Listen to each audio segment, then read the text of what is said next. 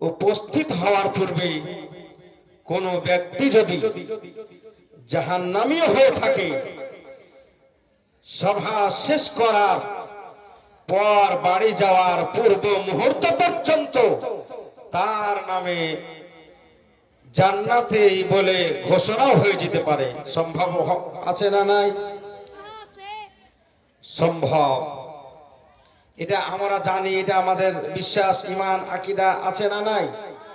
যে এই মাহফিলে উপস্থিত হতে পারলে জান্নাতি হয়ে যাওয়ার সম্ভাবনা আছে। মানুষ আমরা বুঝি সব, কিন্তু আমরা করি না। যাব এত শীতের রাত্রে, ঠান্ডার দিন, তাই না? বাধা দেয়। প্রত্যেক মানুষের ভিতরে নাফস আছে, নাফসের প্রকার ভাগ আছে।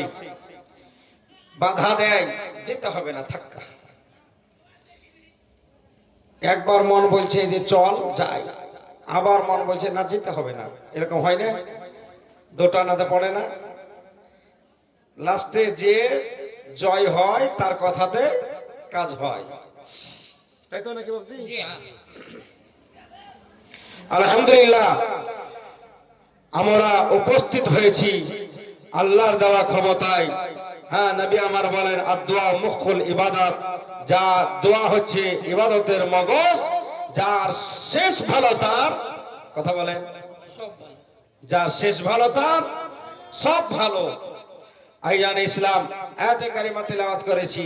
খালিকে কায়নাত মহান আল্লাহ জাল্লা ওয়ালা ঘোষণা করেছেন, সে সম্বন্ধে সংক্ষিপ্ত আকারে কিছু আলোচনা রাখবো ইনশাআল্লাহ, দিয়ে দোয়া হবে। বাইরে যিনারা আছেন তিনাদেরকে অনুরোধ করব, অনেকেই চলে গেছে, মা বাপ আত্মীয় স্বজন চলে গেছে, আমাদেরকেও চলে যেতে হবে। তাদেরকে স্মরণ করে নিজের পারলৌকিক জীবনকে, কবরের জীবন, হাসরের জীবন, নসরের জীবন, কিয়ামতের ভয়াবহ দিবসকে স্মরণ করে, হিসাবের দিনকে স্মরণ করে, জাহান্নামের দগ্ধ অগ্নিকে, জ্বলন্ত আগুনকে স্মরণ করে, সেই ফুলসিরাতের ভয়ঙ্কর শোচনীয় রাস্তাকে স্মরণ করে যিনারা বাড়িতে আছেন, আসা সম্ভব যদি হয়, যিনারা বাইরে আছেন তিনাদেরকে অনুরোধ করব বিশেষভাবে যে আপনার মাহফিলে আসুন। মাহফিলে আসলে আপনার উপকার আছে, আপনার উপকার হবে, উপকার আছে কিন্তু ক্ষতি হবে না। উপকার বিষয়ে যদি বলা যায়, এর বহু উপকার আছে, এর বহু ফাজাইল আছে। কোন বক্তাকে যদি 3 ঘন্টা 4 ঘন্টা সময় দিয়ে এই ধরনের মাহফিলের ফাজাইল, এর বরকত সমূহ যদি বর্ণনা করতে দেওয়া যায়, তার আলোচ্য বিষয় বক্তার সময় শেষ হয়ে যাবে, কিন্তু আলোচনা শেষ হবে না। আইজানে ইসলাম, তাই আসুন কিছু আলোচনার পূর্বে আলিমে মাকান ওয়া এখন অদৃশ্য জ্ঞানে জ্ঞানান্বিত নবী মুস্তাফা সাল্লাল্লাহু আলাইহি ওয়াসাল্লামকে উক্ত মাহফিলে হাজির নাজির মনে করে হায়াতুন নবী, জিন্দা নবী মুস্তাফার উপরে মুহাব্বত সহকারে একগ্রতার সহিত দুরূদ শরীফ পাঠ করে আল্লাহুম্মা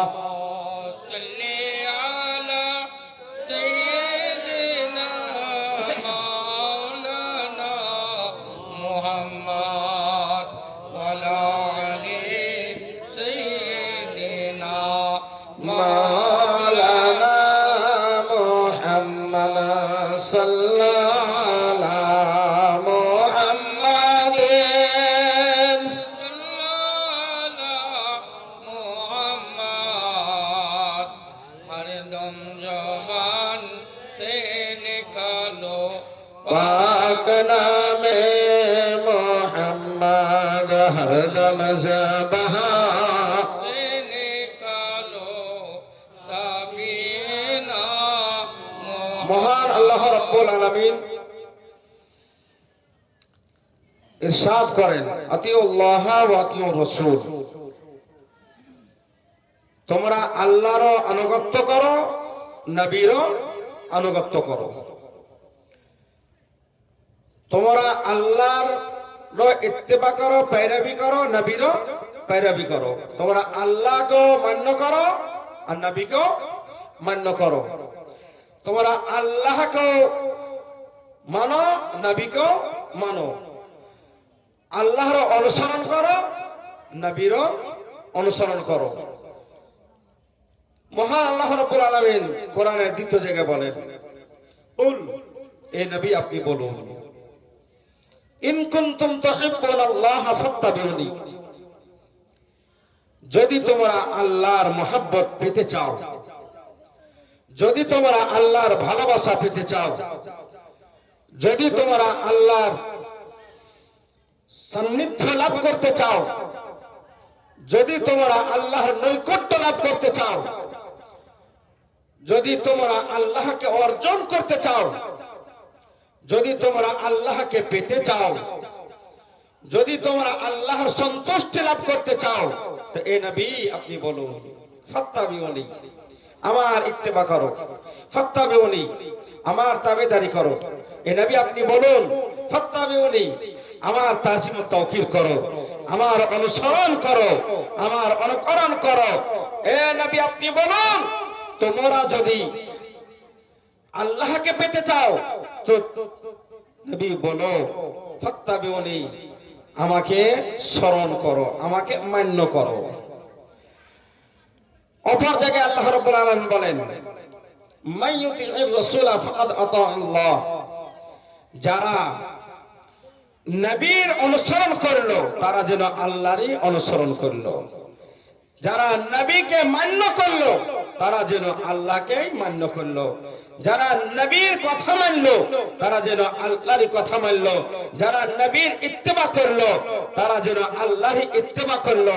তাহলে বোঝা কি গেল আইজান ইসলাম? বোঝা এটা গেল যে রাসূলের ইত্তেবাই আল্লাহর ইত্তেবা, রাসূলের তাবেদারিতে আল্লাহর তাবেদারি, রাসূলের আনুগত্যে আল্লাহর আনুগত্য, রাসূলের সন্তুষ্টিতে আল্লাহ সন্তুষ্ট, রাসূলের রাজিতে আল্লাহ রাজি, রাসূলের অনুসরণে আল্লাহর অনুসরণ। আর আমার চতুর্দশ শতাব্দীর মহান মুজাদ্দিদ সরকার আলা হযরত আজিমুল বরকত শাইখুল ইসলাম আল মুসলিমিন হুজ্জাতুল্লাহ ফিল আরদিন সাইয়্যিদনা শেখ ইমাম আহমদ রেজা খান ফাজিল বরেলভী আলাইহি रहमत व रिजवान বলেন, अल्लाह की सरतबा कदम शान है ये, इंसान ही इंसान, वो इंसान है ये।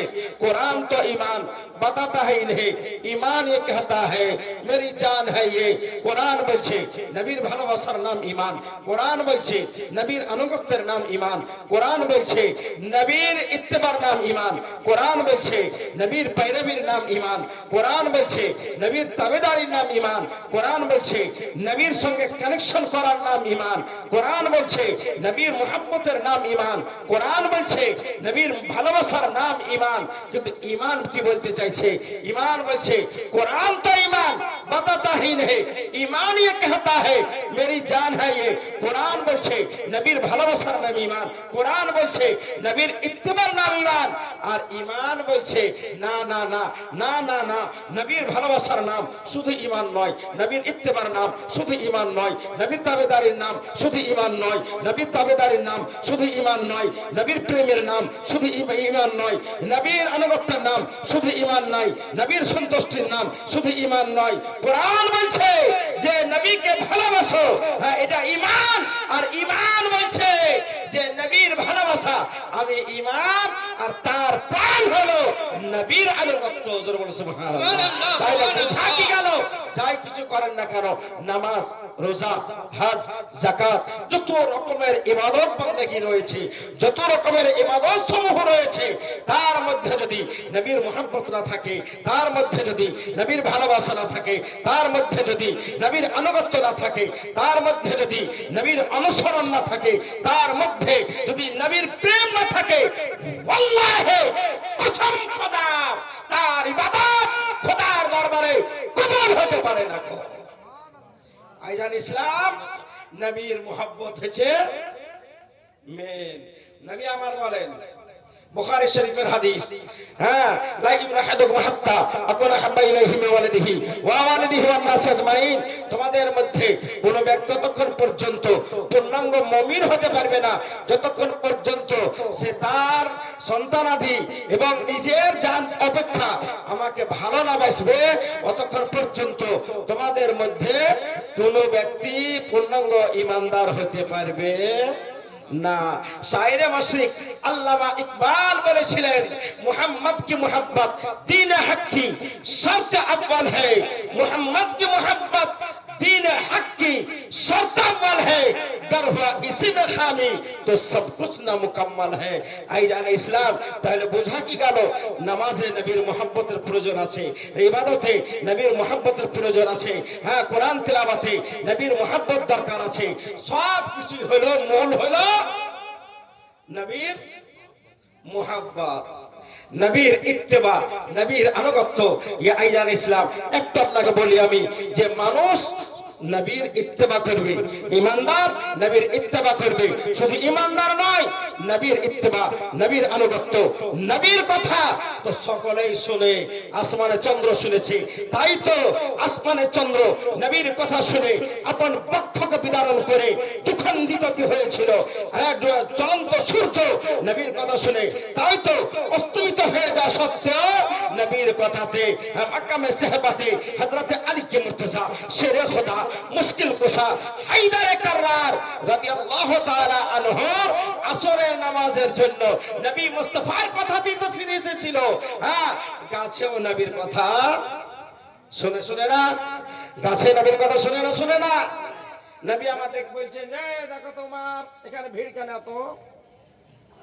গেলেন, হ্যাঁ ইনকোয়ারি করে আসলেন, বলছেন যে হুজুর একজন আরবি নতুন মুসলমান হয়েছে, প্রথম কালেমা পড়েছে। কালেমা পড়ার পরে বলছে যে যদি নবী পাওয়ারফুল হয় তাহলে নবীকে একটা মুজিজা দেখা লাগবে। মুজিজা কাকে বলে জানেন আপনারা? মুজিজার ডেফিনিশন কি, মুজিজার সংজ্ঞা কি, মুজিজার তারিফ কি?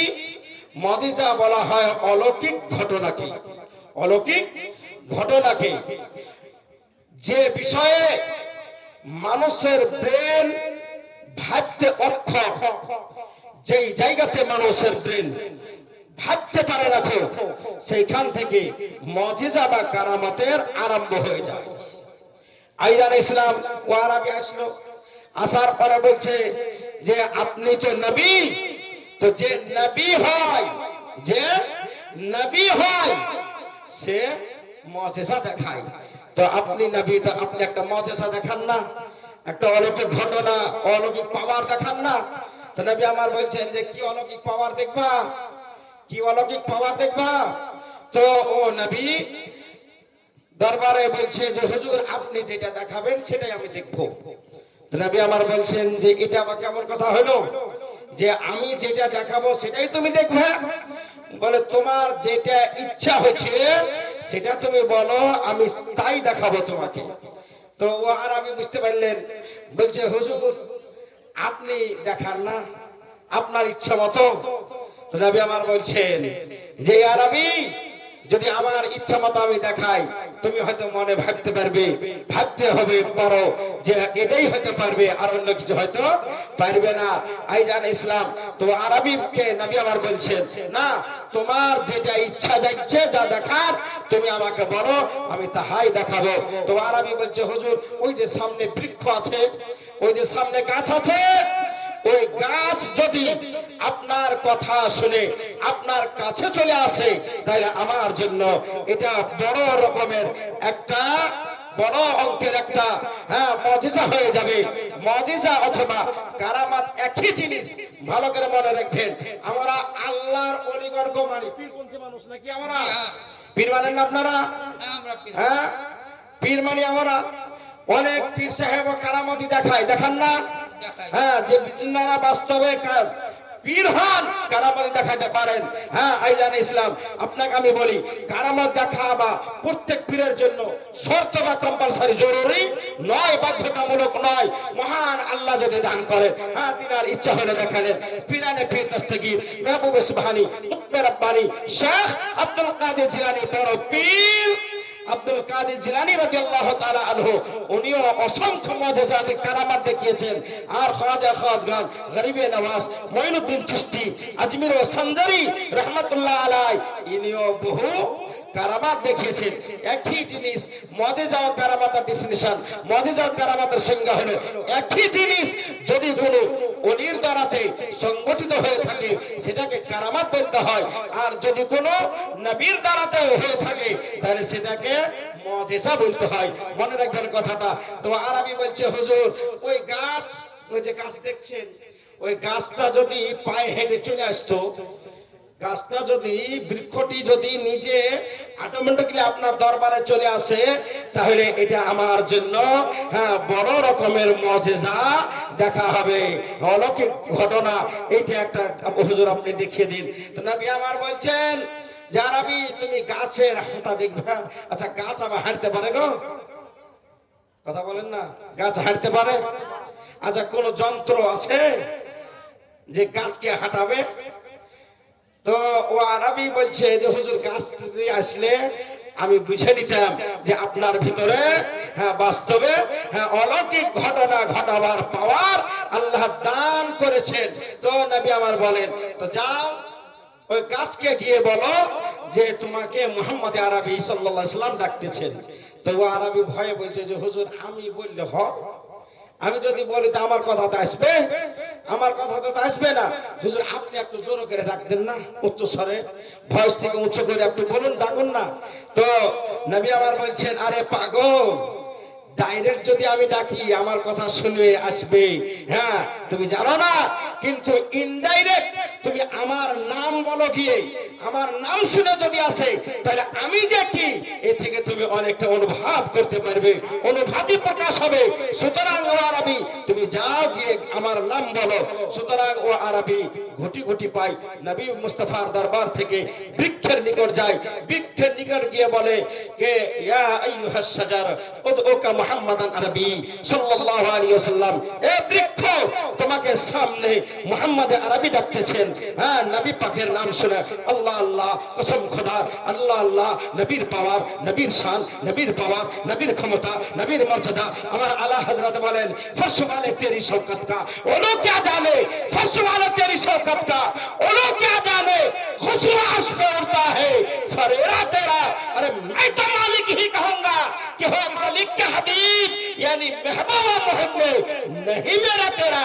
आई जाने इस्लाम वो अरबी गाछ के बोललो, আর গাছ শোনার সাথে সাথে ডানে বামে সামনে পিছনে হিলতে আরম্ভ করলো।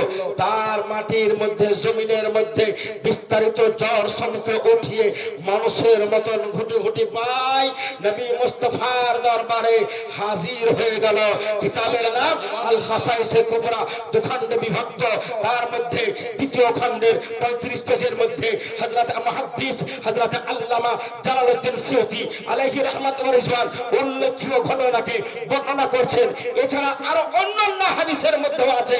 আইজান ইসলাম আপনাকে আমি বলি, ও গাছ নবী মুস্তাফার দরবারে হাজির হয়ে গেল, আরবিও দাঁড়িয়ে রয়েছে। আর ও গাছ কি করলো, ও গাছ নবী মুস্তাফার দরবারে দাঁড়িয়ে বলে আসসালাতু ওয়াসসালামু আলাইকা ইয়া রাসূলুল্লাহ, আসসালাতু ওয়াসসালামু আলাইকা নবী আল্লাহ, আসসালাতু ওয়াসসালামু আলাইকা হাবিবাল্লাহ, আসসালাতু ওয়াসসালামু আলাইকা নূরাম মিন নূরিল্লাহ, আসসালাতু ওয়াসসালামু আলাইকা খায়রুল খালকিল্লাহ, আসসালাতু ওয়াসসালামু আলাইকা জিনাত আরশি মুআল্লা, আসসালাতু ওয়াসসালামু আলাইকা ইয়া রাসূলুল্লাহ। ইয়া আরবি এ দৃশ্য দর্শন করলো। দৃশ্য দর্শনের পরে সঙ্গে সঙ্গে নবী মুস্তাফার পাক কদমে পড়ে যে বলে ইয়া রাসূলুল্লাহ হাবিবাল্লাহ, ফাকাল আল আরবি হাসবি হাসবি। ও আরবি বলে নবীর পায়ে পড়ে চুমন দিয়ে বলে হুজুর আমার জন্য যথেষ্ট হয়েছে। সুবহানাল্লাহ। ও আরবি বলছে হুজুর আমার জন্য যথেষ্ট হয়েছে, আমার ঈমান মজবুত হয়ে গেছে। যেটা আমি চেয়েছিলাম কোন অলৌকিক ঘটনা ঘটতে দেখলে নবী মুস্তাফার দ্বারাতে ঘটতে দেখলে আমার ঈমানটা মজবুত হয়ে যাবে। তাই ইয়া রাসূলুল্লাহ হাবিবাল্লাহ, হুজুর আমার ঈমান মজবুত হয়ে গেছে। তারপরে মুহাম্মদ আরবি করুণার আধার রহমাতুল লিল আলামিন, দয়ার সাগর, দয়ার নবী, আমার শহনশাহ জিওয়াকার মক্কি সরকার মদনী তাজদার দোনো আলমকে মালিক মুখতার জনাবে মুহাম্মদুর রাসূলুল্লাহ সাল্লাল্লাহু আলাইহি ওয়াসাল্লাম ও আরবির মাথায় হাত দিয়ে আরবিকে দাঁড় করে দিলেন। আর ও বৃক্ষ ও বৃক্ষকে বললেন, এস গাছ তুমি আপন স্থানে ফিরে যাও। ও গাছ নবীর কথা শুনে যেই রকম ভাবে এসেছিল সেই রকম ভাবে ঘটি ঘটি পায় নবী মুস্তাফার দরবার থেকে তার আসল স্থানে ফিরে গিয়ে তার পূর্বেকার স্থানে যেমন ভাবে ছিল তেমনি ভাবে গিয়ে দাঁড়িয়ে গেল। সুবহানাল্লাহ, সুবহানাল্লাহ। আইয়ার ইসলাম আজ সোশ্যাল মিডিয়ার যুগ, আজ উন্নতির যুগ, আজ বিজ্ঞানের যুগ, আজ বিজ্ঞান দূরকে নিকটে নিয়ে এসেছে, আজ বিজ্ঞান দূরকে কাছে নিয়ে এসেছে, আজ বিজ্ঞান মানুষের জীবন যাপনকে খুব সহজ সরল করে দিয়েছে, আজ বিজ্ঞান অনেক কিছু উন্নতি করেছে। কিন্তু আচ্ছা বলুন তো শুনি যে আজ পর্যন্ত কোন মায়ের লাল কিছু এমন কোন মেশিন, এমন কোন যন্ত্র আজ পর্যন্ত ইজাদ করতে পেরেছে, আবিষ্কার করতে পেরেছে? সেই মেশিন, সেই যন্ত্রটি কোন বৃক্ষের আমরা জড় সমূহে ফিট করে দিব, তারপর ও গাছ মানুষের মধ্যে চলাফেরা করতে আরম্ভ করবে? পেরেছে? পেরেছে? না না না না, পারেনি, পারেনি, পারেনি। আজ পর্যন্ত পারেনি। কুসম খোদার এইরকম ভাবে গাছকে চালাতে আজ পর্যন্ত কেউ পারেনি। সকাল কিয়ামত পর্যন্ত কোন আবিষ্কৃত যন্ত্র দ্বারা কারো পক্ষে গাছকে হাঁটানো সম্ভব হবে? যেটা আমার নবী করেছেন, যিনি জ্ঞানীর শীর্ষে জ্ঞানী, বিজ্ঞানীর শীর্ষে মহান বিজ্ঞানী জনাবে মুহাম্মদুর রাসূলুল্লাহ সাল্লাল্লাহু আলাইহি ওয়াসাল্লামকে যে পাওয়ার আমার আল্লাহ দান করেছেন, এ পাওয়ার কাউকে দান করেন করেছে? এই পাওয়ার কাউকে দান করেননি। সেই নবীর আনুগত্য করতে হবে, করতে হবে না? হবে না? সেই নবীকে ভালোবাসতে হবে। আইজানে ইসলাম ভালোবাসার মতন, ভালোবাসার মতন ভালোবাসতে হবে। সেই নবীর কথা আমরা শুনি না, শুনি? এই কথা বলেন না, নবীর কথা শুনি, আল্লাহর কথা শুনি, মুখে বলি নবীকে, নবীর কথা শুনি, আল্লাহর কথা শুনি, নবীর কথাও শুনি। সেই নবীকে ভালোবাসতে হবে। কেমন ভালোবাসা? যেই ভালোবাসা আমার আবু বকর সিদ্দিক বেসেছিলেন, যেরকম ভালোবেসেছিলেন হযরত ওমর ফারুক আযম, যেই ভালোবাসা বেসেছিলেন হযরত ওসমান গনি জিল নূরাইন, যেই ভালোবাসা বেসেছিলেন হযরত আলী কে মুর্তজা, শেরে খোদা মুশকিল কুশা হায়দারে কাররার রাদিয়াল্লাহু তাআলা আনহু, যেই ভালোবাসা বেসেছিলেন হযরত জাফর বিন আবি তালিব, যেই ভালোবাসা বেসেছিলেন যায়েদ বিন হারসা, যেই ভালোবাসা বেসেছিলেন সাইয়্যিদনা হযরত আবু হুরায়রা, যেই ভালোবাসা বেসেছিলেন হযরত হানজালা রাদিয়াল্লাহু তাআলা আনহু। কেমন ভালোবাসা বেসেছিলেন হযরত হানজালা রাদিয়াল্লাহু তাআলা আনহু, কেমন ভালোবেসেছিলেন নবী মুস্তাফাকে আমার। আল্লাহু আকবার। ওনার স্ত্রীর সঙ্গে বুঝতে পারছেন খুব খাস চলাফেরা হয়েছে, ফরজ গোসল পর্যন্ত হয়নি। যুদ্ধের ময়দানে ডাক পড়েছে। মাসলা হলো মানুষ মৃত্যুবরণ করে, করে না? আমাদেরও মৃত্যু হবে না, হবে না? কোন সন্দেহ আছে? আমাদের মৃত্যুতে কোন সন্দেহ আছে? কোন সন্দেহ নাই। এমন কোন বিষয় নাই বিশ্বে সে বিষয়ে দ্বিমত নাই। রাসূলুল্লাহর রিসালাতের উপরে তাও দ্বিমত, ওলিগণের ভিলায়াত নিয়ে তাও দ্বিমত, কুতুবের কুতবিয়াতে তাও দ্বিমত, ওলির ভিলায়াতে তাও দ্বিমত, আফজালের আফজালিয়াতে তাও দ্বিমত, গৌসের গৌসিয়াতে তাও দ্বিমত। সর্ব বিষয়ে মানুষের মধ্যে দ্বিমত তথা মতনৈক্য দেখা যায়। এমনকি আল্লাহর একত্ববাদের উপরেও দ্বিমত আছে না নাই? যদি আল্লাহকে সবাই এক ও দ্বিতীয় ওয়াহদাহু লা শারীক বলে মেনে নিত, তাহলে পৃথিবীর বুকে শুধু দ্বীনে ইসলাম থাকতো। কথা ঠিক না বেঠিক? সর্ব বিষয়ে দ্বিমত। কিন্তু মরণ কি বলেন তো? মরণ এমন একটি বিষয়, মরণ এমন একটি বিষয় যে এ বিষয়ে কোন মানুষের তো দূরের কথা, কোন প্রাণীর পর্যন্ত দ্বিমত। একটা গরু, ছাগল, মহিষ যার ভিতরে প্রাণ আছে তার ভয় আছে মরণকে, তাই না? আর মানুষের সবচেয়ে বড় বডিগার্ড হচ্ছে মরণ। মানুষের সবচেয়ে বড় বডিগার্ড হচ্ছে দেহরক্ষক হচ্ছে এ মরণ। মরণ যতক্ষণ না এসেছে, হ্যাঁ মানুষ নামা মানুষে আপনার হিফাজত করতে পারবে, কিন্তু মরণ যদি চলে আসে আমার আল্লাহ বলেন এই নামাতা কোনো ইউদরিকুমুল মাউত ওয়ালাউ কুনতুম ফি বুরুজিম মুশাইয়্যাদা। এ মানুষ, মরণের হাত থেকে নিজেকে সেফটি রাখার জন্য যদি লোহার পিঞ্জরাটা বন্ধ হয়ে যাও, তাহলে মরণ থেকে বাঁচতে পারবে না। আইজান ইসলাম তো মানুষ অনেকেই মারা গেছে, আর আমরাও মরবো। আমাদেরকে গোসল দেওয়া হবে না? হবে না? হবে না? হবে না? আমাদেরকে গোসল দিতে হবে, তাই তো নাকি?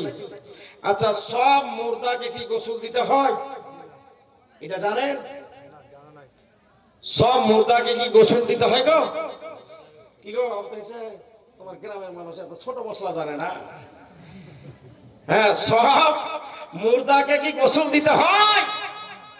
সব মুর্দাকে গোসল দেওয়া লাগে না। মনে রাখেন কথাটা, এটা একটা বিশেষ মশলা। সব মুর্দাকে, মামনেরা শুনেন ভালো করে, সব মুর্দাকে গোসল দেওয়ার প্রয়োজন নেই। সব মুর্দাকে গোসল দিতে হয় না। মরণ, মানুষ বিভিন্ন সময়ে বিভিন্ন সিচুয়েশনে মানুষের মৃত্যু ঘটে। যুদ্ধের ময়দানে কারো খঞ্জরের নিচে, তালোয়ারের নিচেও কারো মরণ ঘটে। ঘটে তো নাকি?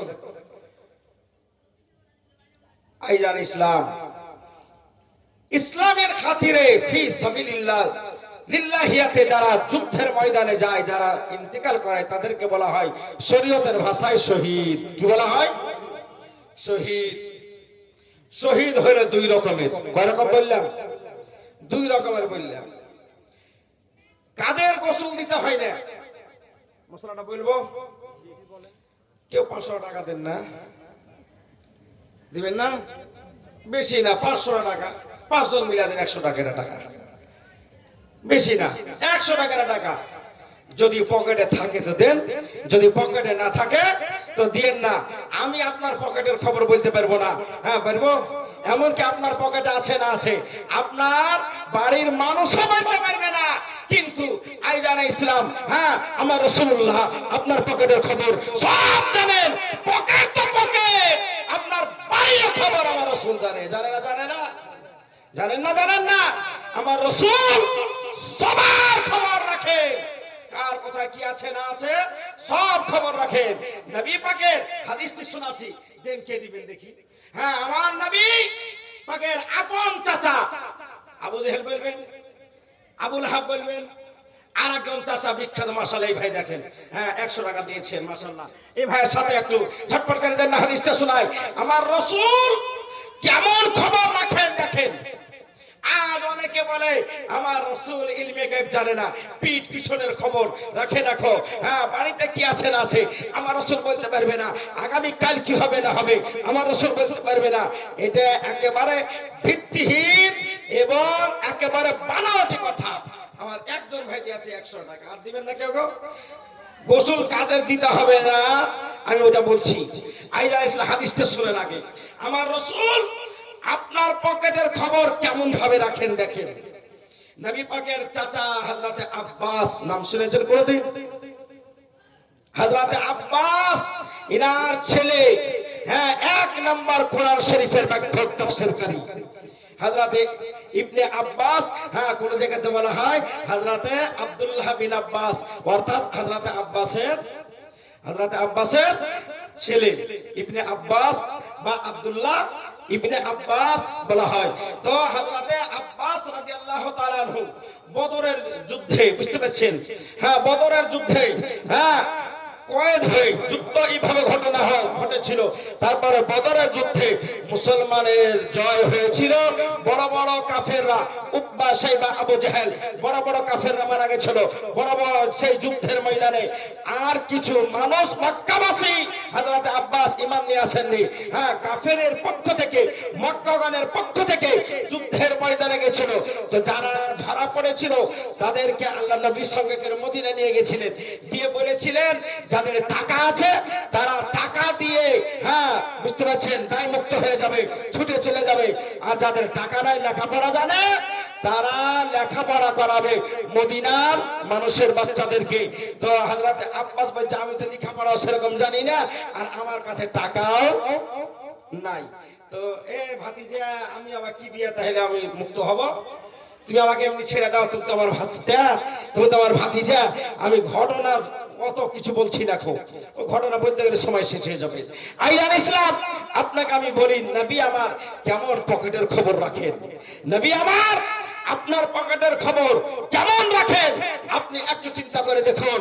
তো হযরতে আব্বাস বলছেন, হুজুর আমার কাছে টাকা পয়সা নেই, আমি টাকা পয়সা কিছু দিতে পারবো না, তো আমার উপরে দয়া করে আমাকে রিহাই করে দাও, ছেড়ে দাও, মুক্ত করে দাও। তো নবী আমার বলেন, এ চাচা মিথ্যা কথা বলছো কেন? চাচা মিথ্যা কথা বলছো কেন? তো নবী আমার বলেন, আমি, নবী বলছেন মিথ্যা কথা বলছো কেন? তা আব্বাস বলছেন, না ভাতিজা টাকা নেই, আমি সত্য বলছি, এই দেখো আমার কাছে কিছু নেই, ইনকোয়ারি করে নাও, সব কিছু দেখে নাও, আমার কাছে কিছু নেই। তো নবী আমার বলেন, চাচা টাকা নেই? বলে না, বলে চাচা যুদ্ধের ময়দানে বাড়ি থেকে বের হওয়ার সময় তুমি আমার চাচি উম্মে ফাজলকে যে টাকাগুলো দিয়েছিলে, ওই টাকাগুলো কোথায়? আমার চাচিকে যে টাকা পুটলিটি দিয়েছিলে, একটা পুটলি দিয়েছিলেন, বুঝতে পারছি, একটা কাপড়ে বাঁধা, বলে ওই পুটলিটা কোথায়? তোমার টাকা তো নেই। তো আব্বাস নবী মুস্তাফার চেহারার দিকে একবারে স্তব্ধ হয়ে অবাক দৃষ্টি নিয়ে দেখতে আরম্ভ করেছে। কয়েক সেকেন্ড অবাক দৃষ্টি নিয়ে তাকিয়ে বলে, এ ভাতিজা শোনো, যে টাকা আমি আমার স্ত্রীকে যুদ্ধে আসার সময় দিয়েছি, ওই টাকা বিষয়ে কেউ জানে না, আর ও টাকাটি একদিনকার সঞ্চয় নয়। আমি একে একে আস্তে আস্তে আস্তে আস্তে ভবিষ্যতের পুঁজি সঞ্চয় করেছিলাম, ভবিষ্যতের জন্য আমি সে টাকাটি গোছাল করেছিলাম, জমা করেছিলাম, 1 টাকা 2 টাকা 5 টাকা করে। আসার সময়, হ্যাঁ আমি ভাবলাম যুদ্ধ থেকে ফিরে জীবিত আসবো কিনা তার কোনো গ্যারান্টি বা ভরসা নেই। তো টাকাটা তো মাটির নিচে পুঁতা আছে, যদি সেখানেই থেকে যায় তাহলে টাকাটা কেউ পাবে না। তাই আমি ওই টাকার পুটলিটি আমি তোমার চাচিকে দিয়ে এসেছি। কিন্তু ভাতিজা তুমি বিশ্বাস করো, ও টাকা সম্বন্ধে কেউ জানে না, একমাত্র আমি জানি আর তোমার চাচি জানে, তাছাড়া কেউ জানে না। তো তোমাকে কে জানাইলো? তুমি কি করে জানলা? কথা বুঝতে পারছেন? হ্যাঁ, আব্বাস বলছেন যে এ মুহাম্মদ ইবনে আব্দুল্লাহ টাকার বিষয়ে কেউ জানে না, কাউকে জানায়নি, তো তুমি কি করে জানলা? তো নবী আমার বলেন, চাচা বলে শুনো, ওয়াল্লাযী বাসানি বিল হাক্কি, কসম খোদার, তিনি জানিয়েছেন যিনি আমাকে হক নবী করে দুনিয়াতে পাঠিয়েছেন।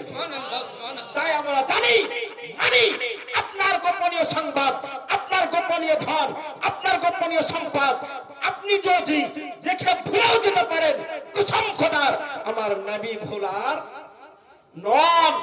আপনার পকেটে আছে না আছে আমি জানি না, আপনার স্ত্রী না জানতে পারে, আপনার ছেলে মেয়ে জানতে না পারে, এ বাবা জীবন জানতে না পারে, আর অন্য কেউ না জানতে পারে, কিন্তু আমার রাসূলুল্লাহ জানে। সুতরাং সেই রাসূলের দোহাই দিয়ে বলি আমি, 100 টাকা টাকা দেন না, 500 না, কাকে দিবেন? আমাকে, আমার জন্য নয় গো। ভাবছেন মুফতি সাহেব চাইছে হয়তো নিয়ে চলে যাবে, আমার জন্য নয়। এই দেখেন তরুণ ভাইরা আমার, মাশাআল্লাহ, এই বাবজি আমার বেশি নেই, 100 টাকা দিয়েছে, আলহামদুলিল্লাহ। এরা সঙ্গে হন একটু। পকেটে যদি না থাকে, আপনারা তো সব পরিচিত, পকেটে যদি না থাকে বলেন যে আগামী কাল দিব কি 2 দিন বাদ দিয়ে দিব। 100 টাকা দেওয়ার মানুষ নাই মা বোনেদের মধ্যে? মা বোনদের মধ্যেও নাই নাকি? মা বোনেরা আপনারা পাঠান, হ্যাঁ 100 টাকার টাকা, বেশি নয় 100 টাকার টাকা আপনারা পাঠান। যদি 100 টাকাও না হয় তাহলে পারে, হ্যাঁ 50 টাকা করেও যদি পারেন তাহলে পাঠান। আমার মা ফাতেমার সাদকা, যে মা ফাতেমা জাহরা রাদিয়াল্লাহু তাআলা আনহা খেতে বসে সামনে কা রুটি উঠিয়ে ফকির মিসকিনকে দান করে দেন, সেই মা ফাতেমার দোহাই দিয়ে বলি যে 100 টাকার টাকা যদি সম্ভব না হয় তো কমপক্ষে 50 টাকার টাকা আপনারা একটু দিয়ে পাঠান। হ্যাঁ, এটা আমার জন্য নয়, এই আয়োজক তরুণ যুবকেরা করেছে আইজান ইসলাম, তাদের সাথে অংশ নেওয়ার জন্য আল আমর বিল মারুফ ওয়ান নাহি আনিল মুনকার, কসম খোদার হাদিসটি শুনেন, মশলাটা শুনেন, মশলা হলো এটা।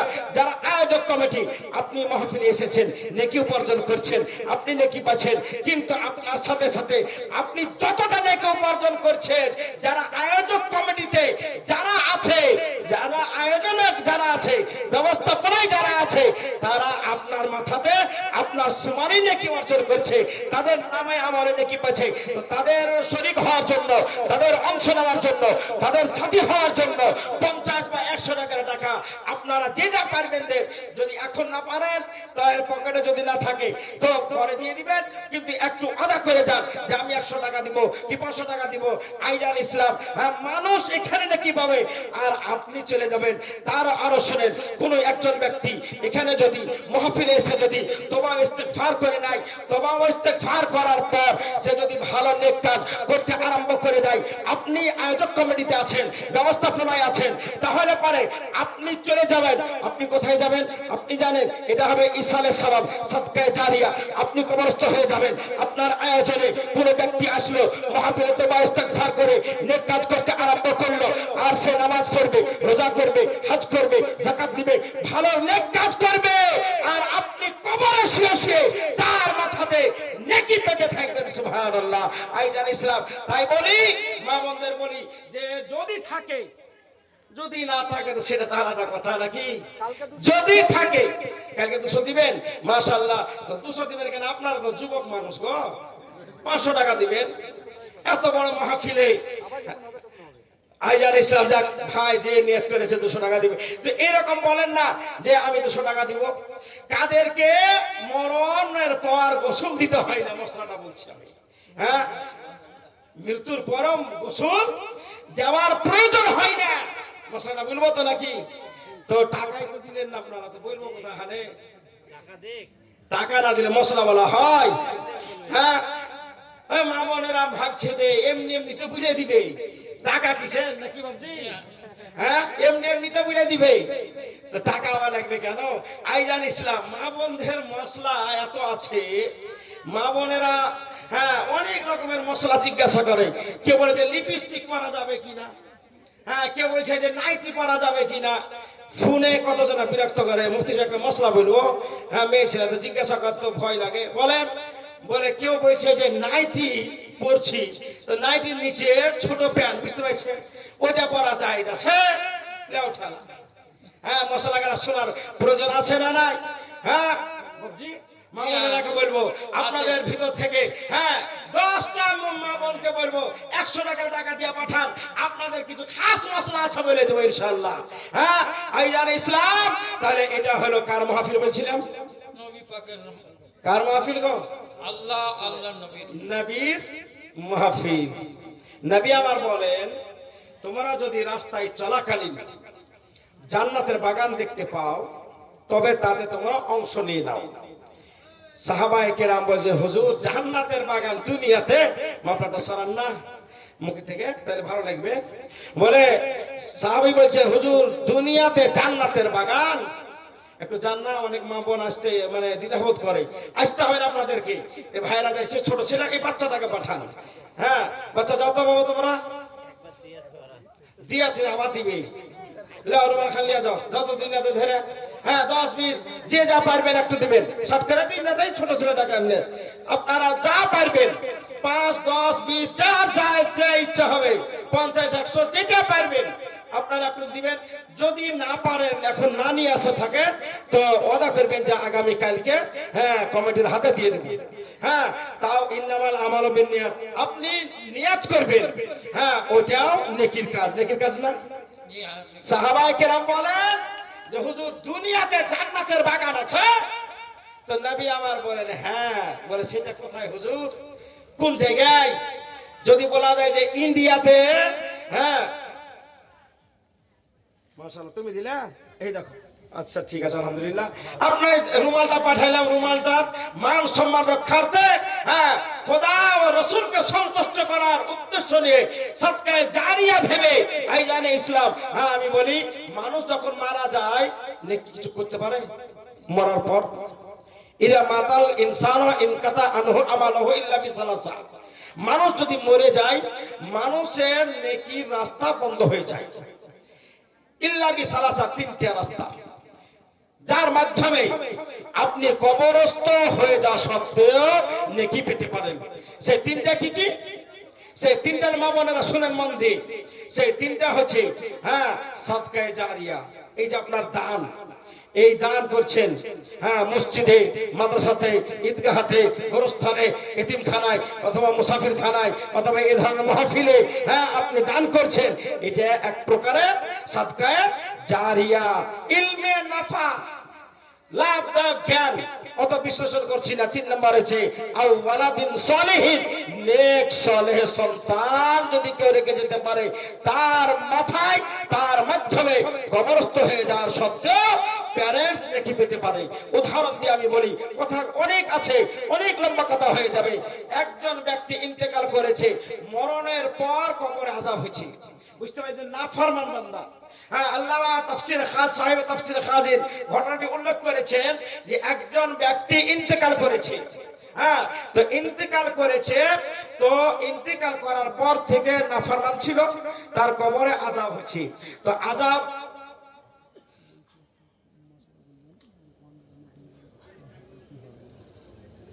ওই মশলা 5000 টাকা লাগবে। কত দামি মশলা বলা যায়? ছোটখাটো মশলা, বেশি বড় তাহলে বলবো যে জানাই নাই। হ্যাঁ, তাহলে বলবো জানাই নাই। আপনার দরকার আপনি পার্সোনাল শুনে নিন, সবাই জানে আপনার পার্সোনাল বলবো। আমি যেটা বলি সেটাই করবো, নাহলে 5000 দেন, সবাই মিলা দেন, তাহলে বলবো। আর পার্সোনাল হলে ঘর চলেন, দেশে নিয়ে দিচ্ছি।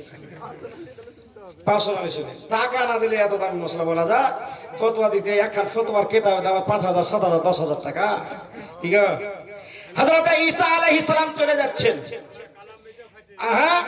হযরত ঈসা আলাইহিস সালাম চলে যাচ্ছেন, যেতে যেতে দেখছেন কবরের মধ্যে আযাব হচ্ছে। বুঝতে পারলেন? কবরের মধ্যে আযাব হচ্ছে। তো হযরত ঈসা আলাইহিস সালাম চোখ দিয়ে দেখছেন যে কবরের মধ্যে, কবর জগতে আযাব হচ্ছে। হযরত ঈসা আলাইহিস সালাম, হ্যাঁ চলে গেলেন আযাব হতে দেখে।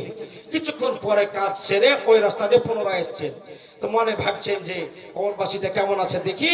তো আবার দৃষ্টিপাত করে দেখছেন তো কবরবাসীর আযাবকে আল্লাহ ক্ষমা করে দিয়েছে। সুবহানাল্লাহ, সুবহানাল্লাহ। হযরত ঈসা আলাইহিস সালাম খোদার দরবারে, লম্বা কথা ছোট্ট করে বলছি আমি, হযরত ঈসা আলাইহিস সালাম খোদার দরবারে নিবেদন করেন, ইয়া রাসূলুল্লাহ, ইয়া ইলাহুল আলামিন, হে মাবুদ, কিছুক্ষণ পূর্বে দেখলাম আযাব হতে, এখন ক্ষমা করে দিয়েছো, বিষয়টা কি? কি কারণে আযাব হচ্ছিল আর কি কারণে বা তুমি আযাব ক্ষমা করে দিয়েছো? আল্লাহ রাব্বুল আলামিন ঈসা আলাইহিস সালামকে জানান, বলে ও ঈসা শোনো, এই ব্যক্তি দেখছো না, আমার নাফরমান বান্দা ছিল, আমার নাফরমান বান্দা ছিল, আমার কথা মান্য করেনি, আমাকে সন্তুষ্ট করেনি, হ্যাঁ অবৈধভাবে জীবনযাপন করে কবরস্থ হয়েছে, তাই তার আমলের কর্মের ফলাফল তার কবরে তাকে শাস্তি দিতে হয়েছে কর্মের কারণে। সুতরাং তাই আযাব হয়েছিল। আর এ যখন ইন্তেকাল করে, ইন্তেকালের পূর্ব মুহূর্তে, হ্যাঁ তার স্ত্রীকে ওসিয়ত করেছিল, বলে শোনো, বলে আমি তো চলে গেলাম দুনিয়া ছেড়ে, আমার একজন পুত্র সন্তান রেখে এসেছি, তাই ওকে একটু ধর্মীয় জ্ঞানটা দিও, আইজান ইসলাম। তাই ওর স্ত্রী ওর কথা মোতাবেক তার পুত্র সন্তানকে মক্তবে অ্যাডমিশন করিয়েছে। আর তার সন্তান হ্যাঁ, কিভাবে ঘটনা ঘটলো এইভাবে শুনে ছোট্ট করে। হ্যাঁ, যে তার সন্তানকে তার স্ত্রী যখন লেখাপড়া করার মতন বয়স হইল তখন মাদ্রাসায় ভর্তি করলো। হ্যাঁ, ভর্তি করার পর আমাদের ইংলিশ মিডিয়ামে গেলে অথবা যে কোনো শিক্ষা প্রতিষ্ঠানে গেলে পারে ওয়া আ অথবা এ বি সি ডি পড়াইতো নাকি, কিন্তু মাদ্রাসাতে গেলে কি পড়াবে আগে? হ্যাঁ, আলিফ, আলিফের আগে কি পড়াবে? আউযুবিল্লাহ, তাউজ ও তাসমিয়া পড়ায়। আউযুবিল্লাহ বলে শয়তানকে তাড়াও আর আল্লাহর নাম নিয়ে আরম্ভ করো, তাই তো নাকি? তো আল্লাহ বলেন ঈসা তার স্ত্রী এই কবরবাসীর ওসিয়ত মোতাবেক আপন স্বামীর ওসিয়ত মোতাবেক তার ছেলেকে মাদ্রাসায় ভর্তি করেছে। আর ওই আলিমে দ্বীন তার ছেলেকে ইসলামিক শিক্ষা, ধর্মীয় শিক্ষা দেওয়ার জন্য তাউজ পড়ার পরে তাকে তাসমিয়া অর্থাৎ বিসমিল্লাহির রহমানির রহিম বলে দিয়েছে। আর তার ছেলে হ্যাঁ কে বললো যে মৌলভী সাহেব বলছে যে বাবা এটা মুখস্থ করে শোনাতে হয়, মুখস্থ করে শোনাও। তার ছেলেকে বলেছে এক কর্নারে কোনায় গিয়ে বসো আর বারবার বলো, দিয়ে মুখস্থ করো বিসমিল্লাহির রহমানির রহিম, বিসমিল্লাহির রহমানির রহিম, আল্লাহর নামে আরম্ভ যিনি পরম দয়ালু ক্ষমাশীল। বাচ্চাটা পড়ছে বারবার বিসমিল্লাহির রহমানির রহিম, বিসমিল্লাহির রহমানির রহিম, আল্লাহর নামে আরম্ভ যিনি পরম দয়ালু ক্ষমাশীল, আল্লাহর নামে আরম্ভ যিনি পরম দয়ালু ক্ষমাশীল। আরে একটা ঘুমান্ত বাড়িতে যদি রাত্রি 12টার পরে যান, গভীর নিশীথে যান, বাড়ির মানুষকে আওয়াজ দিচ্ছেন, আওয়াজ দেওয়ার পরে কারো ঘুম ভাঙছে না, দরজা ওপেন হচ্ছে না, খুলছেও না, কিন্তু আপনি যদি দাস্তাক দিতেই থাকেন, আওয়াজ যদি দিতেই থাকেন, কারো না কারো ঘুম ভেঙেই যাবে। হ্যাঁ, কসম খোদার, আপনি যদি নাফরমানা হয়ে থাকেন, খোদাকে যদি অসন্তুষ্ট করে নেন, যদি আল্লাহর দরবারে অনুতপ্ত হয়ে তওবা ইস্তিগফার করার পর খোদার দরবারে খোদার দয়ার ভিখারি হয়ে হাত উঠিয়ে যদি কান্না করতে আরম্ভ করে দেন, তাহলে আল্লাহ যদি প্রথমে প্রথম দিকে যদি রহম না হয়, শেষের দিকে রহম হবে। আমার আল্লাহ বলেন हम तो माइल बा करम है, कोई साइल ही नहीं, राह दिखलाए किसे, कोई रहर वो मंजिल ही नहीं। আইজান ইসলাম। তো আমার আল্লাহ বলেন এই ঈসা শোনো শোনো, ওই বাচ্চা যে বাচ্চাকে এই কবরবাসীর মাধ্যমে আমি দুনিয়াতে পাঠিয়েছি, হ্যাঁ ওই বাচ্চার বাবা হলো এই কবরবাসী। আর ওই বাচ্চা মাটির উপরে বসে বসে আমাকে রহমান বলে ডাকছে, আমাকে রহিম বলে ডাকছে, আমাকে দয়ালু বলে ডাকছে, আমাকে ক্ষমাশীল বলে ডাকছে। আর তার বাবার কবরে আযাব হবে। আমার জাত গওয়ারা না করতে পেরে তার বাবার জীবনের গুনাহকে ক্ষমা করে দিয়েছে এবং তার কবরের আযাবকে মাফ করে দিয়েছে। সুবহানাল্লাহ, সুবহানাল্লাহ। হ্যাঁ, এটা হলো 3 নাম্বার। তা আপনি এই দানটা করে যাবেন ভাই, মা বোনদেরকে বলি, হ্যাঁ দানটা করে যাবেন। এ দান বৃথা যাবে যাবে গো। ভাবছেন যে 100 টাকা দিলাম কি 500 টাকা দিলাম কমে গেল, কিন্তু অ্যাকচুয়ালি কমে না। আমাদের ধারণা যে কমে গেল, কিন্তু কমে না। দানের ফজিলতে, দানের ফজিলতে 1 টাকার জায়গায় 10 টাকা আল্লাহ রাব্বুল আলামিন দান করে দেন, কিন্তু আমরা অনুভব করতে পারি না। হ্যাঁ, এই জন্য অনেকে দান করতে চায় না। দরুদ শরীফ পড়ে আল্লাহুম্মা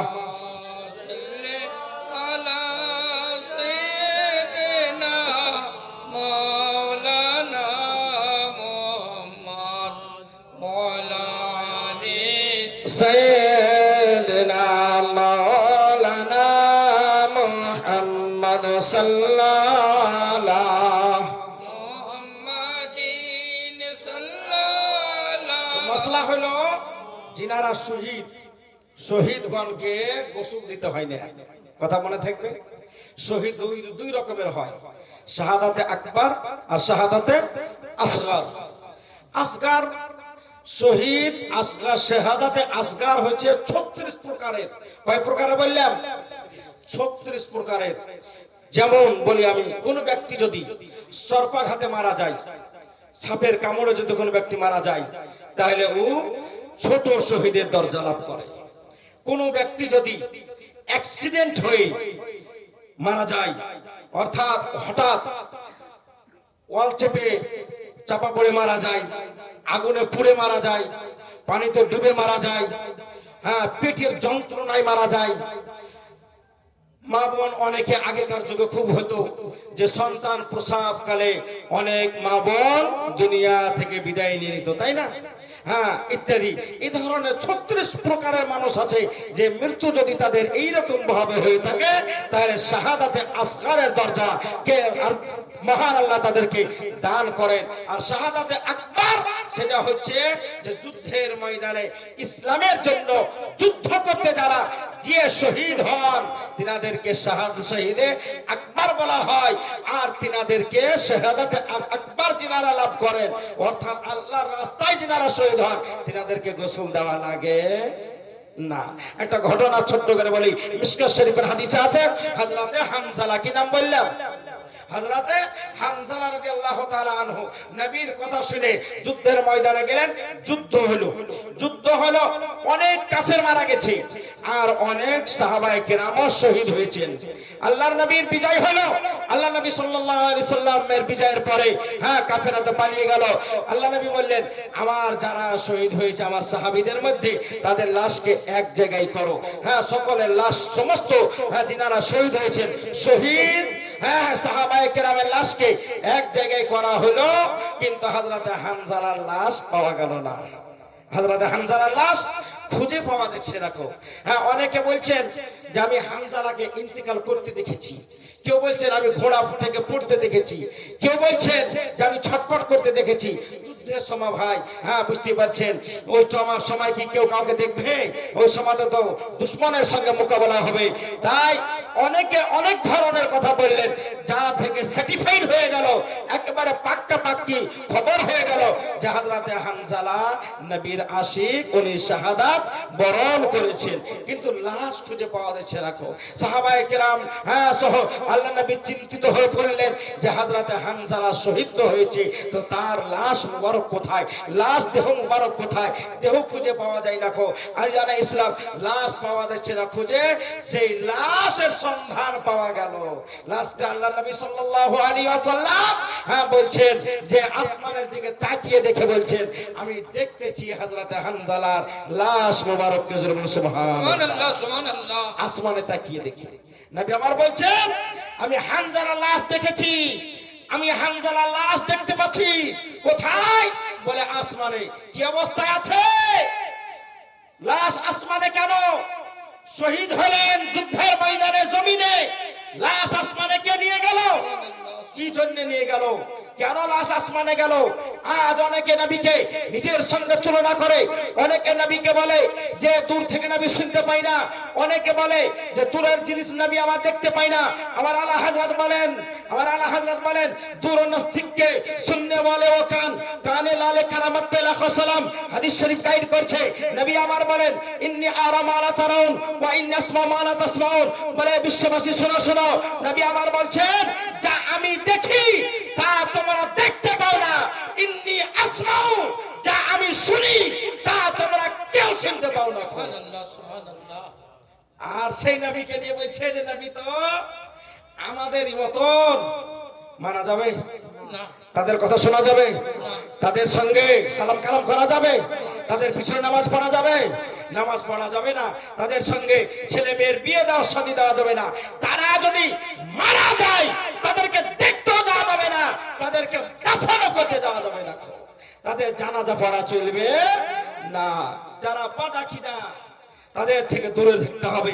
নিজের ইমানের হিফাজতের খাতিরে, নিজের ইমানকে বাঁচার তাকিদে নিজের ইমানের হিফাজত করুন। তো নবী আমার বলছেন আমি দেখছি হযরতে হানজালার লাশ উপরে।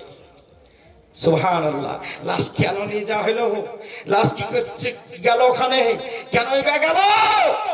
আইজান ইসলাম বলছি 200 টাকা দেন না দুই ভাই আমার, কেউ বেশি না 200 টাকা দেন না। এই ভাইয়ের আমার দেননি, পকেটে থাকলে দেন, না থাকলে দিয়েন না। দিয়েছেন, যাক আলহামদুলিল্লাহ। 50 টাকার 4 জন ভাই আমার দেন না 200 টাকা। আমার জন্য চাইনি, টাকাটা খরচ হয়েছে। খরচ হয়েছে অনেক। ঘাটতিও বুঝতে পারছি। যেহেতু হঠাৎ করে শীতের সময় এই তরুণ ভাইরা আমার একবার উদ্যোগ নিয়ে এত সুন্দর ভাবে সভা আয়োজন করেছে। মাশাআল্লাহ, আলহামদুলিল্লাহ, তাদের একটু সাথ দেন। হ্যাঁ, এতে সওয়াব আপনি পাবেন নাকি পাবেন না? পাবেন না? বিশ্বাস আছে না নাই? বিশ্বাস আছে। যাক, আপনাদের কাছে নাই বুঝতে পারছি, দিয়ে ফেলাইছেন নাকি সব? দেওয়ার মতো না টাকা? বলে মুফতি সাহেব টাকাই তো নাই, দিব কোথাখানে, তাই তো নাকি? আচ্ছা, আমরা জান্নাতে যাব না? যাব না? এই কথা বলেন না। জান্নাত কার? জান্নাত কার? আল্লাহ রসুলের। আমার নবী বল, আমার আলা হযরত বলেন, তুঝসে और जन्नत से क्या मतलब हावी दूर हो, हम रसूलुल्लाह के जन्नत रसूलुल्लाह की, हम रसूलुल्लाह के जन्नत रसूलुल्लाह की। तो আইজান ইসলাম, আপনাকে আমি বলি জান্নাতে যাব ইনশাআল্লাহ। সকলে বলেন ইনশাআল্লাহ, আর হাত উঠে বলেন না ইনশাআল্লাহ। এখানেও কৃপণতা করলে হবে? আরে এই কথা বিশ্বাস আমাদের পুরোভাবে ঈমান আছে যে জান্নাতে যাবো ইনশাআল্লাহ। এই বাপজি ভাই আমার, চাচা আমার, মাশাআল্লাহ, সুবহানাল্লাহ সুবহানাল্লাহ। বাপজি আমার 50 টাকা দিয়েছে। আবু তাহের আমার বিহাই তো মাশাআল্লাহ, সুবহানাল্লাহ সুবহানাল্লাহ। মাশাআল্লাহ, দেখেন। হ্যাঁ, কাছে নাই যার দিবেন। তো এই 50 টাকা দিয়েছেন। হ্যাঁ, এই 50 টাকা দেওয়ার সমর্থন আছে বলে 50 টাকা দিয়েছে।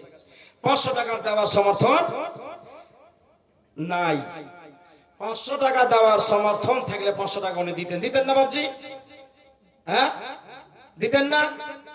500 টাকা দেওয়ার সমর্থন থাকলে 500 টাকা দিতেন না? দিতেন। মাশাআল্লাহ, আলহামদুলিল্লাহ। হ্যাঁ, আপনাদের মধ্যে কারো 500 টাকা দেওয়ার সমর্থন নাই? দেখি যুবক ভাই, বাপ যে আমার বিশেষ বয়সে টাকাটা হয়তো কোনো দিককার আছে, কোনো বেটা দেখে বহুতে দিয়েছে কি পোতা পুতলে দিয়েছে, চা খাই অভ্যাস, চার খরচটা দিয়ে দিলেন। আল্লাহ যেন তিনার দানকে কবুল করেন। আপনাদের মধ্যে নাই 500 টাকা দেওয়ার ক্ষমতা কারো? গো এতগুলো মানুষের মধ্যে 10 দিন পরে দিবেন, 20 দিন পরে দিবেন কমিটির হাতে, 1 মাস পরে দিবেন। 500 টাকার ক্ষমতা কারো নাই? তো জান্নাতে যাব আল্লাহ যেন আপনাদের সকলকে 500 করে দান করার তৌফিক দান করেন। সকলে বলুন আমিন। ও, ইচ্ছাও নাই নাকি? তা আমিন বলতে কৃপণতা করছেন কেন? আমিন তো জোরে বলতে হবে। আরে জোরে বলুন আমিন। আল্লাহ আমাদের সকলকে যেন আল্লাহর রাস্তায় দান করার তৌফিক দান করেন। সকলে বলুন আমিন। আইজান ইসলাম, তাহলে ভাবুন, আমরা জান্নাতে যাব। ট্রেনে যদি উঠি তো টিকিটের প্রয়োজন আছে না নাই? এই টিকিট লাগবে না? লাগবে না? টিকিট লাগবে। তো জান্নাতে যাব, তো জান্নাতের টিকিট আছেনি? শুনেছেন? জান্নাতে বিনা টিকিটে নট এলাও। আপনার নামে জান্নাতি বলে যদি ঘোষণা হয়ে যায়, জান্নাতিও যদি হন আপনি, টিকিট যদি না থাকে, কোন আলেমকে জিজ্ঞাসা করবেন, মুফতি সাহেব বলে গেছে জান্নাতের টিকিট না থাকলে জান্নাতে পারমিশন, প্রবেশের পারমিশন হবে না। মনে রাখবেন কথাটা। জান্নাতের টিকিট হাতে নিয়ে জান্নাতে যেতে হবে।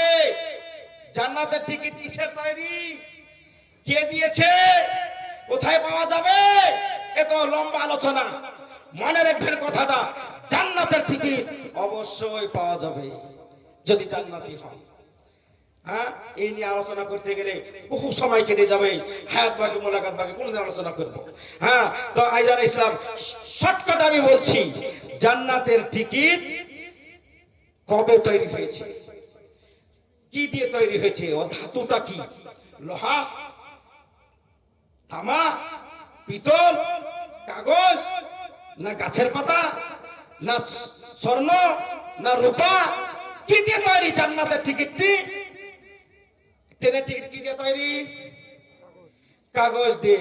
তো ওটা আবার কি দিয়ে তৈরি হবে? কোনো কিছু দিয়ে তৈরি হবে না? হবে না? ও তৈরি হওয়ার একটা ডেট আছে না নাই? এবং কারা পাবে সেটা তো একটা ব্যাপার আছে, আছে না নাই? তো এই নিয়ে আলোচনা করবো না। যাই হোক, ছোট্ট করে বলি, জান্নাতের টিকিটটি কবে তৈরি হয়েছে আর কি দ্বারা তৈরি হয়েছে? 50 টাকা 3 ভাইদের নামার তাও হবে না।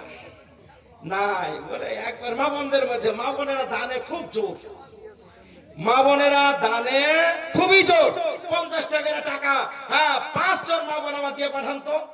জান্নাতের টিকিট কি দিয়ে তৈরি হয়েছে, কবে তৈরি হয়েছে?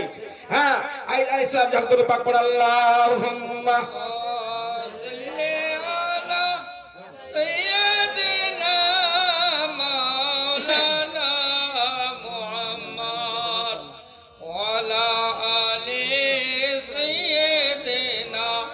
মাওলানা মুহাম্মদ। যাই হোক ভাইজান ইসলাম, বুঝতে পারছি আপনাদের কাছে টাকা নাই।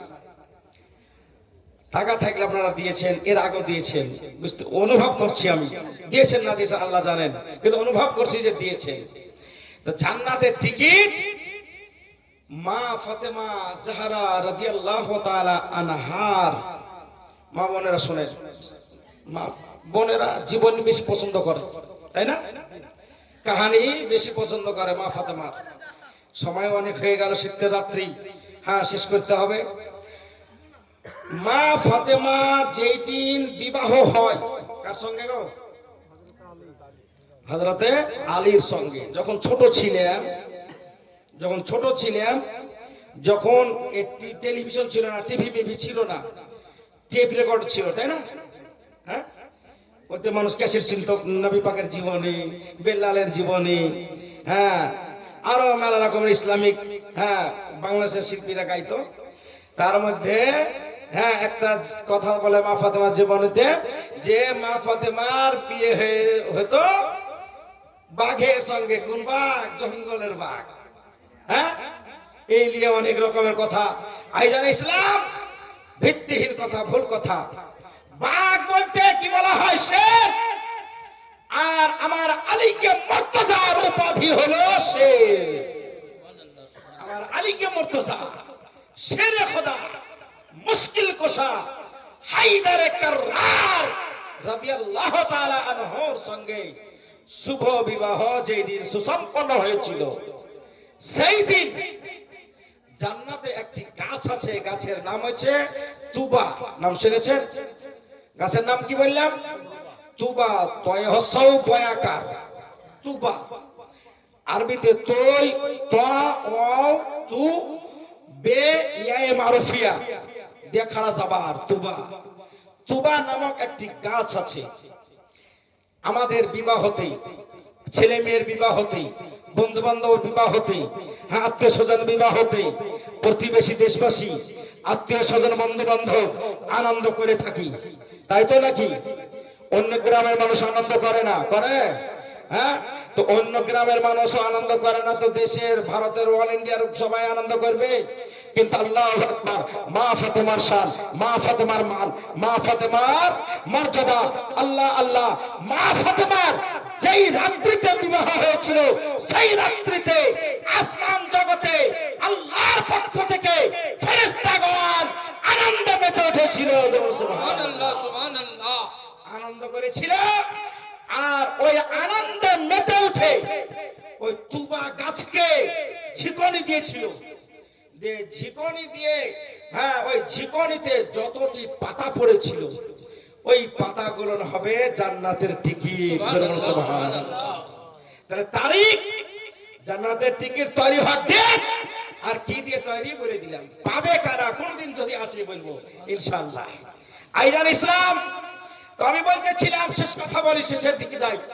হ্যাঁ, আল্লাহর নবী সাল্লাল্লাহু আলাইহি ওয়াসাল্লাম হযরতে হানজালার খবর দেন, বলে আমি দেখতেছি ওই চোখ, যে চোখ দ্বারা আসমান দর্শন করে, যে চোখ দ্বারা লোহে মাহফুজ দর্শন করে, যে চোখ দ্বারা নবী মুস্তাফা আমার সিদরাতুল মুনতাহা দর্শন করে, যে চক্ষু মুবারক দ্বারা নবী মুস্তাফা আমার আরশে ইলাহি দর্শন করে, যে চক্ষু দ্বারা কসম খোদার নবী মুস্তাফা স্বয়ং আল্লাহ দর্শন করেছেন।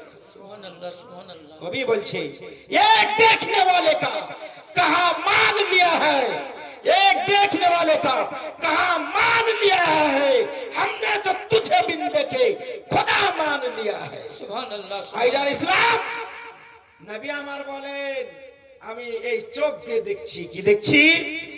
যে ফেরেশতাগণ আমার হানজালার লাশকে যুদ্ধের ময়দান থেকে নিয়ে গিয়ে আবে জমজম দ্বারা, জমজমের পানি দ্বারা তারা ওই হানজালার লাশকে গোসল দিতেছে। জোরে বলো সুবহানাল্লাহ। হানজালার লাশকে গোসল দিচ্ছে। হ্যাঁ, সেই দিন আমার নবী হযরত হানজালাকে উপাধি দান করলেন গসিলুল মালাইকা, অর্থাৎ ফেরেশতা দ্বারা গোসল করিত। নাম হচ্ছে হযরতে হানজালা। গোসল দিলেন।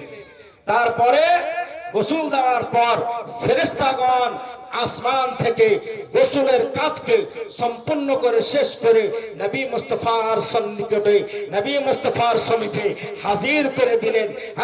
সাহাবায়ে কেরাম বলেন, আমরা দেখতেছিলাম মানুষকে গোসল দেওয়ার পরে চুল দিয়ে, মুখ দিয়ে, দাড়ি দিয়ে যেরকম পানি ঝরতে থাকে ওইরকম দেখছিলাম হযরতে হানজালার গোসল তথা দাড়ি মুবারক দিয়ে পানি ঝরতেছিল।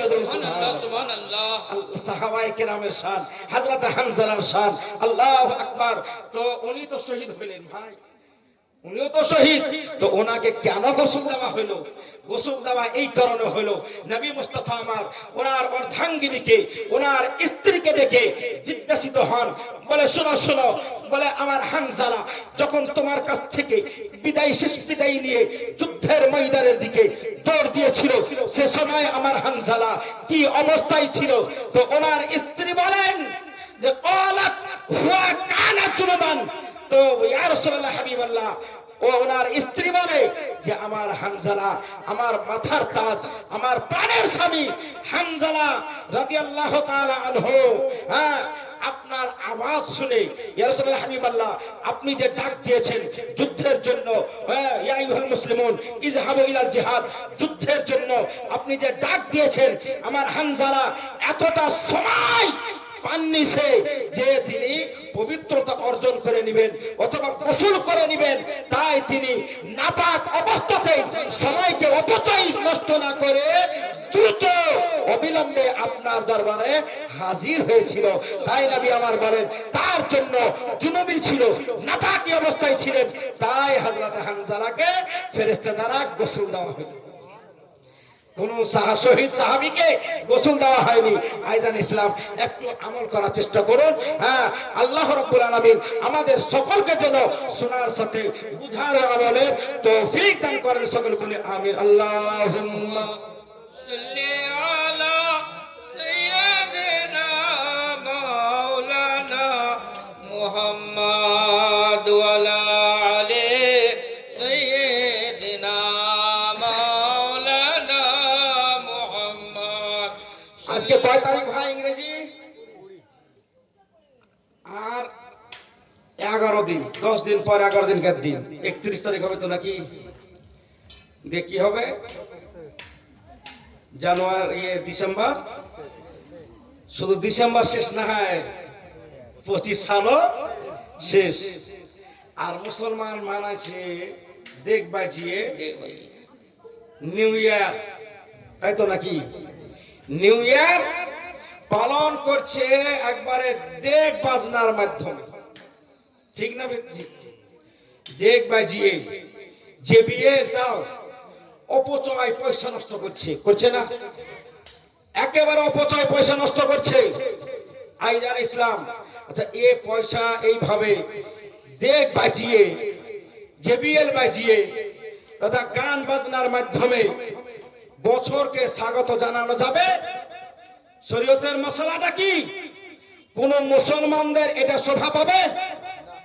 কোন মুসলমান এটা শোভা পাবে না, বরং নাজায়েজ ও হারাম হবে। তাতে যদি 1 টাকা খরচ করে সেটা হারাম হবে। যদি কেউ কাউকে মাশওয়ারা দেয় তো মাশওয়ারা দিলে গুনাহ হবে। যদি তার প্যারেন্টস, মা বাপ, অভিভাবক, অভিভাবিকা তার সন্তানকে যদি এইভাবে নিউ ইয়ার, নতুন বছরকে অবৈধভাবে স্বাগত জানাতে যদি বাধা না দেয়, মা বাবাও গুনাহগার হবে, তার মা বাবাও গুনাহগার হবে। মনে রাখেন কথাটা আইজান ইসলাম। তাহলে এই ধরনের অনুরোধ করব, আপনারা কি করেন নাকি? 31 ডিসেম্বর ওইভাবে স্বাগত জানান নাকি? হ্যাঁ, 31শে ডিসেম্বর এইভাবে চিঠি পত্র দেন নাকি? হ্যাপি নিউ ইয়ার ফ্রেন্ডকে দেয়, হ্যাঁ দেয় না? মেয়েরা ছেলেদেরকে দেয়, ছেলেরা মেয়েদেরকে দেয়, দেয় না? শিক্ষক ছাত্রকে দেয়, ছাত্র শিক্ষককে দেয়, মোবাইলের মাধ্যমে মেসেজ দেয়। এখন তো মোবাইলেই দেওয়া দেই হচ্ছে, আগে কার্ড ছাপতো আবার নিউ ইয়ার উপলক্ষে, তাই না? নিউ ইয়ারে কার্ড ছাপানো হতো আগে, আর ইনভিটেশন কার্ড দিত হ্যাপি নিউ ইয়ার বলে। তো আইজান ইসলাম এগুলো করা শরীয়তের আলোকে জায়েজ হতে পারে? বলেন। এইভাবে শরীয়তের আলোকে নিউ ইয়ারের আনন্দ খবর দেওয়া, তার জন্য হ্যাপি নিউ ইয়ার বলা, এটা জায়েজ আছে না না জায়েজ? মশলাটা বলবো। টাকা চাইবো না, টাকা চাইছি না। আপনারা ভাবছেন যে বলতে বলি তো টাকা চাইবে, মুফতি সাহেব টাকা চাইছি না। হ্যাঁ, তো একবার জোরে বলেন সুবহানাল্লাহ। সুবহানাল্লাহ, সুবহানাল্লাহ। শ্রোতা যদি সংখ্যায় কম থাকে, কসম খোদার অসংখ্য এখানে ফেরেশতা মণ্ডলীগণ হাজির আছেন। সুবহানাল্লাহ, সুবহানাল্লাহ। আছেন না? না, আমরা আপনারা দেখতে পাচ্ছি না, কিন্তু ফেরেশতাগণ আছেন। আর যদি ফেরেশতা নাও আছে, তো আপনার কাছে 74টি ফেরেশতা সব সময় আছে, আছে। কয়টা বললাম? 74টা। 74টা ফেরেশতা সব সময় থাকে। সুবহানাল্লাহ, কোথায় জানেন? বলবো, কথায় কথা বেড়ে যায়। হ্যাঁ, একবার উচ্চস্বরে আলহামদুলিল্লাহ। আলহামদুলিল্লাহ। হ্যাঁ, আমাদের জানা একটা জিনিস আছে, সেটা হচ্ছে আমরা জানি যে দুই ঘাড়ে দুটো থাকে, তাই না? দুই ঘাড়ে দুটো নয়। মানুষের দেহ রক্ষণাবেক্ষণের জন্য দুই চোখে দুটো, ঠোঁটে, সামনে পিছনে, কপালে ইত্যাদি, বুঝতে পারছেন? দুই ঘাড় মিলিয়ে টোটালে 10টা ফেরেশতা থাকে। কয়টা বললাম? 10টা ফেরেশতা থাকে। আর ওয়াইন্না আলাইকুম লাহাফিযিনা কিরামান কাতিবিন, আল কোরআন উক্ত আয়াতের ব্যাখ্যায় হ্যাঁ সাহেবে তাফসীরে নূরুল ইরফান উল্লেখ করেছেন বিস্তারিত, যে একজন মানুষের আত্মাকে রক্ষণাবেক্ষণের জন্য, হিফাজতের জন্য 64 জন ফেরেশতাকে মহান আল্লাহ রাব্বুল আলামিন নিয়োগ করে রেখেছেন। সুবহানাল্লাহ। 64 প্লাস 10 কত হলো? সুবহানাল্লাহ। কত হলো? 74টি। তা আমরা আছি যতজন, তত 74 ফেরেশতা আমাদের সঙ্গে আছেই। তা বাদে এটা গণিয়ে পাওয়া যাবে সংখ্যায়। তা বাদে এখানে যেহেতু মাহফিল, এই মাহফিলের ফয়েজে ফজিলতে এই মাহফিলে অংশ নিয়ে আছেন কতজন ফেরেশতা আমাদের জানা নেই, তবে আমরা জানি যে আছেন, তাই তো? একবার হাত উঠে বলেন তো আলহামদুলিল্লাহ। হ্যাঁ, আমাদের এটা ঈমান, আমাদের এটা বিশ্বাস। আইজান ইসলাম। তো আমি বলি যে ডেক বাজানো শরীয়তের দৃষ্টিতে অবৈধ। ওইভাবে গান বাজনার মাধ্যমে হ্যাঁ নিউ ইয়ারকে স্বাগত জানানো যাবে না। চরম গুনাহ হবে, গুনাহে কবিরা হবে, মনে রাখেন, গুনাহে কবিরা হবে। তবে মুহাক্কিকে মাসাইলে জাদিদা আল্লামা মুফতি মুহাম্মদ নিজামউদ্দিন মুহাক্কিকে আসর আলাইহি রাহমাতুল্লাহ মাদ্দাসাল্লাহুল আলী ওয়ান নূরানি, উনি বলেন যে চিঠির মাধ্যমে হোক অথবা মেসেজ করে মাধ্যমে হোক, মশলাটা খুব গুরুত্বপূর্ণ মশলা, শুনেন, মেসেজের মাধ্যমে হোক অথবা চিঠির মাধ্যমে হোক অথবা সাক্ষাতে হোক, তোমার জন্য শুভ নববর্ষ, নববর্ষ যেন শুভ হয়। হ্যাপি নিউ ইয়ার এর বাংলা মানে কি? তোমার জন্য যেন নববর্ষ, নতুন বছর যেন শুভ হয়, মঙ্গল হয়, এই নতুন বছর যেন তোমার ভালো হয়। এটা হচ্ছে দোয়া যুক্ত সেন্টেন্স, দোয়া যুক্ত বাক্য। তার জন্য এটা বলা জায়েজ রয়েছে, এটা বলা নিঃসন্দেহ জায়েজ। হ্যাঁ, আপনি বলতে পারেন এটা হচ্ছে এক প্রকারের দোয়া, নতুন বছর তোমার জন্য যেন ভালো হয়। এইভাবে আমরা বাংলাতে বলি, নই সাল তুমহারে লিয়ে अच्छी हो। হ্যাঁ, হ্যাপি নিউ ইয়ারের বাংলা মানে তো হয় এটা নাকি নতুন বছর তোমার জন্য যেন ভালো হয়। আপনি মেসেজের মাধ্যমে হোক, সাক্ষাতে হোক, আপনি বলতে পারেন, তবে মনে রাখবেন হ্যাপি নিউ ইয়ার, হ্যাঁ কথাটা একটু ছাড়বেন। হ্যাপি নিউ ইয়ার ইংরেজি কথা, আর ইংরেজদের দেওয়া কথা, পশ্চিমা দেশের ভাষা এটা, তাই না? এই জন্য সেই কথাটাকে হ্যাঁ থেকে বিরত থাকার চেষ্টা করবেন। মহান আল্লাহ রাব্বুল আলামিন আমাদের সকলের জন্য যেন হ্যাঁ সামনে আগত নতুন বছর যেন ভালো করেন। সকলে বলুন আমিন। আর সকলের জন্য যেন এই নববর্ষ, ইংরেজি নববর্ষ আমাদের জন্য মঙ্গলজনক হয় এবং ভালো হয়। হ্যাঁ, এই শুভকামনা, এই আরাধনা খোদার দরবারে রেখে ইতি টানছি। হ্যাঁ, হায়াত বাকি, মোলাকাত বাকি, বলা শোনার মধ্যে ভুল ভ্রান্তি মহান স্রষ্টার দরবারে ক্ষমা ত্রুটি। মহান আল্লাহ রাব্বুল আলামিন আমাদের সকলকে যেন ইসলামিক দৃষ্টি ভঙ্গি নিয়ে চলাফেরা করার তৌফিক দান করেন। সকলে বলুন আমিন ও সুম্মা আমিন। বিজয় হে সাইয়্যিদুল মুরসালিন। আমার সঙ্গে পড়েন